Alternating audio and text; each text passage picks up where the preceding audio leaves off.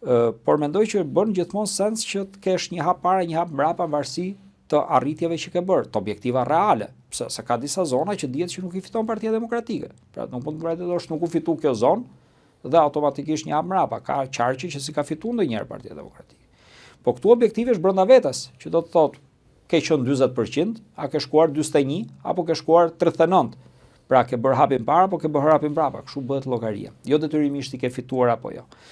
Megjithatë i takon kryesisë, zoti Baçi, zoti Mziu e tjerë me sa di unë janë të dy antar kryesia dhe mund të diskutojnë atje. Unë nuk e di të ketë pas një vendim tillë, paktën Këshilli Kombëtar nuk është diskutuar, do presim ta shohim ku vend. Por parimisht mund të ishte një mekanizëm që ofron një frym ndryshimi. Pra ky mekanizmi i shkëputjes së pjesshme, se plot nuk bëhet dot, të grupit parlamentar nga kryesia e vogël e Partisë Demokratike.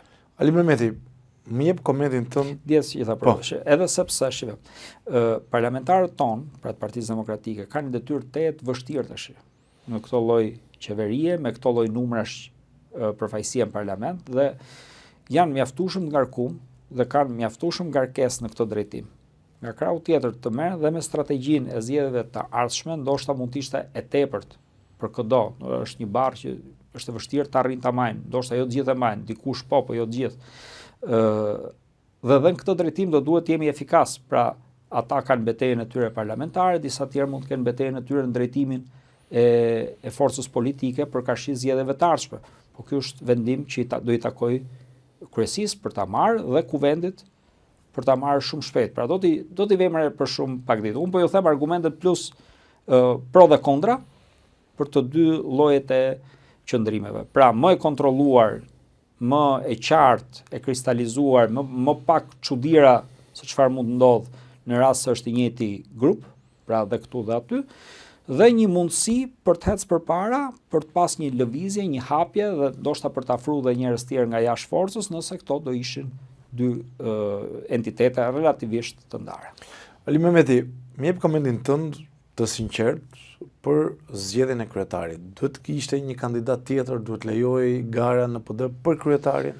Jo, unë jam pjesë e një mendimi politik që mbështet pluralizmin, që mbështet që çdo parti, se ka këtu nis pluralizmi, apo çdo grupazh, apo dhe çdo individ duhet të ketë akses për të kërku vot, dhe nëse mbështetet, nëse fiton me vot, qeveris, nëse nuk fiton, nuk qeveris. Patjetër, kur bëhet fjalë varësi të figurës, pra varësi të postit ku neve flasim, nuk mund të thush dot që për kryetar Partisë Demokratike mund të jetë kushdo. Kushdo nuk bëhet dot, sepse absolutisht. Eventualisht do jetë kryeministri në hija apo jo, do jetë lideri i opozitës, Partia Demokratike. Duhet të ketë një filtr te figurat. Pra, duhet të ketë një lloj lartësie kur neve diskutojmë. Nëse unë do duhet vesha ndonjë kriter, do thoja antarët e kryesisë ose kryetarët e degëve të aktual ose të kalum, pra janë njerëz që dhe janë zgjedhur dhe janë marrë me zgjedhje dhe janë të qartë se ku po shkojnë. Maksimum do thoya deri ke Këshilli Kombëtar. Pra antarët të Këshillit Kombëtar maksimumi, pra dhe këta janë të zgjedhur nga kuvendi, janë të përfshirë në angazhime politike zgjedhore me radhë, janë të njohur. Detyrimisht janë dhe figura të njohura. Republike kanë bërë debate në këtë lloj niveli do thoya. Kanë bërë dhe betejë. Do ishte shumë e habitshme nëse ti do merrje dikon komplet nga jashtë dhe thoje tani do kandidoj për kryetar, kjo nuk bën shumë sens. Dhe nga ky aspekt, nga krau tjetër do duhet të kesh edhe njerëz që janë përgatitur për të marrë pjesë në një garë tillë, sepse do duhet të kandidojë dikush, e kupton? Patjetër. Mund të them neve të ketë garë dhe automatikisht ka garë. Do duhet që edhe krau tjetër të ketë kush ka ambicien për dalë dhe të ketë bërë një lloj trajektore të tillë që të çon deri në këtë nivel. Pra unë për garët jam gjithmonë dakord. Pra ku ka pas primare janë futur. Ku ka pas listë hapur janë futur. Unë personalisht qëndroj që garat forcon, garat çon përpara. Mund edhe të humbësh. Patjetër. Kjo është demokracia. Po kjo të çon përpara. Do sidomos kur përballë ke kryetarin e Partisë Demokratike zotin Berisha. Apo jo, i cili ka qenë lider historik i kësaj force, vazhdon është. Po duket sikur ai nuk e ka lejuar një garë Ali Mehmeti apo jo. Do duhet që të flitet me të. I vetmi person i cili mendoj unë në garë i plotësonte pra se ishte antar kryesie. Ishte zoti Saljani për shembull, që mund të kishte garë në atë drejtim. Pra unë mendoj që aty do ishte një garë ndërmjet një antari kryesie dhe kryetarit. Jam i qartë për përfundimin e garës, po gara do ishte mirë. Biem dakord. Gara do ishte mirë, mendimin tim bëj me çdo figurë, po gara do ishte pozitive. Se njerëzit e kërkojnë një garë. Pavarësisht që ne dim gjithë rezultati do jetë në favor në mazhorancë goxha të lartë. Se Lani thotë që unë fitoj, prandaj më larguan, po. Çdo kandidat ka drejtën e vet, ambicet e veta, vullnetin e vet, shpalos horizontin e vet, vizionin, metodën, strategjinë që do përdore me radhë. Ajo që më mungonte mua dhe nuk e shifsha, sepse patjetër puna duhet nisë përpara, nuk mund të jetë ajo ditë e fundit dhe javë të fundit. Se pam edhe kandidatura tjera që dolën ditë e fundit që e kemi shumë të qartë që nuk mund të shkohet ashtu. S'ka shumë diskutim për atë. Nga krau tjetër ama kërkonte një grupazh. Pra unë mendoj garën, njëjtë siç e bën opozita, Partia Demokratike e bën ndaj qeverisë. Pra nuk vën vetëm kandidatin kryeminist, po edhe kandidatët për ministra, po ka gjithë ekipin. Ka një ekip të tërë. Qeveria në hije gati.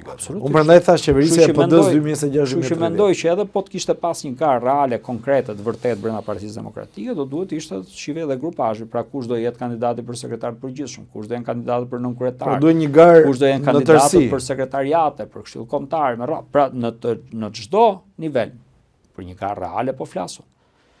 Për ndryshe, në momentin kur një garë nuk është reale, unë nuk jam dakord me farsat ala Maqo Lakror, me gjithë respektin, se ai ka qenë figurë e nderuar brenda Partisë Socialiste, por nuk jam për kështu lloj garë, kjo nuk është garë. Se në atë kohë e kisha filluar gazetarin, flasim për vitet 2005-2009, sot Maqo Lakror në përfundim të procesit tham kam 10 votat. Dakor. Le dal. Histori e vërtet. U futa se duket edhe për ta thyer pak, për ta bërë pak diskutim. Thjesht do doja një garë reale. Jo unë si lider, po unë si demokrat, unë si qytetar, sepse një garë reale grish, nxjerr njerëzit në garë për të shkuar për të votuar. Nëse gara pastaj nuk është aty ku duhet, atëherë më mirë të jetë e tillë që quhet rikonfirmim, se ky rikonfirmim është. Po. Njëjtë siç e bëm 2023-shin kuvendin e 2 dhjetorit vitit 2023, pastaj më mirë të jetë një rikonfirmim se të jetë një garë fals. Referendum e kanë quajtur. Referendum nuk mund të quhet se ka rregulla të tjera për të quajtur referendum, po ky është rikonfirmim. Më mirë të jetë në këtë pikë rikonfirmim se sa një garë falso. Unë nuk do preferoja garë falso. Pra, o ti bëjmë një garë dhe kostot do ishin më të mëdha dhe në opinion të gjitha. Absolutisht po. Kështu që jam mendimit që në fund fare ditës kjo ka qenë në kosto efikasitetin e vet, zgjedhja më kosto efikase.